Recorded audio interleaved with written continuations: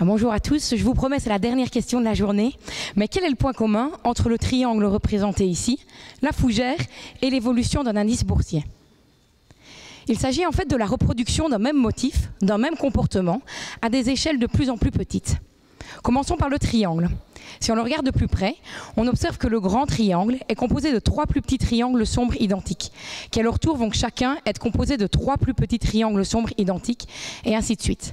Ainsi, si on ne dispose que d'un triangle, on ne peut pas savoir s'il s'agit d'une partie de la figure ou s'il s'agit de la figure initiale.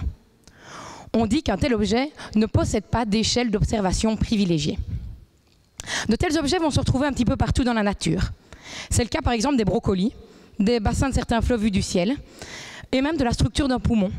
C'est le cas également de la fougère. À nouveau, on observe qu'une petite partie de la fougère, à savoir une feuille, que l'on agrandit, redonne la fougère initiale. Alors, bien sûr, d'un point de vue mathématique, la répétition d'une structure à des échelles de plus en plus petites peut se poursuivre jusqu'à l'infini. Dans le monde réel, cette répétition va forcément s'arrêter à partir d'une certaine échelle. Néanmoins, en nous fournissant une approximation de la réalité, les modèles mathématiques vont nous aider à mieux la comprendre. Cette absence d'échelle privilégiée peut aussi se retrouver dans des phénomènes qui varient dans le temps, comme par exemple l'évolution d'un indice boursier. Statistiquement parlant, on va retrouver le même genre de comportement si on observe les fluctuations boursières sur 5 ans ou si on regarde ce qui se passe sur 5 jours. Et de nombreux modèles actuels de finance sont d'ailleurs basés sur cette absence d'échelle d'observation privilégiée. Néanmoins, il a été mis en évidence que les signaux financiers avaient une structure un peu plus complexe.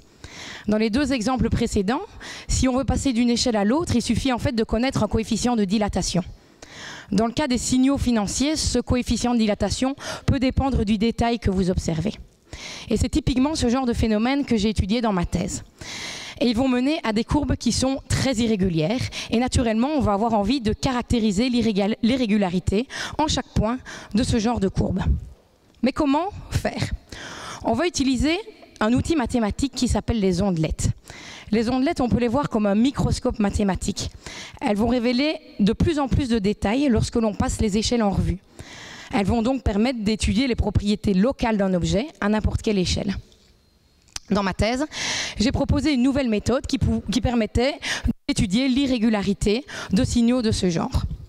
Alors bien sûr, d'autres méthodes avaient déjà été proposées, mais notre méthode s'applique dans un cadre plus général. Et elle pourrait par exemple servir à affirmer ou à confirmer la validité de modèles mathématiques introduits précédemment, comme en finance. Voilà, j'ai essayé de ramener ma thèse de 3 ans à une échelle de 3 minutes et je peux vous affirmer qu'elle présente une échelle d'observation privilégiée. Je vous remercie.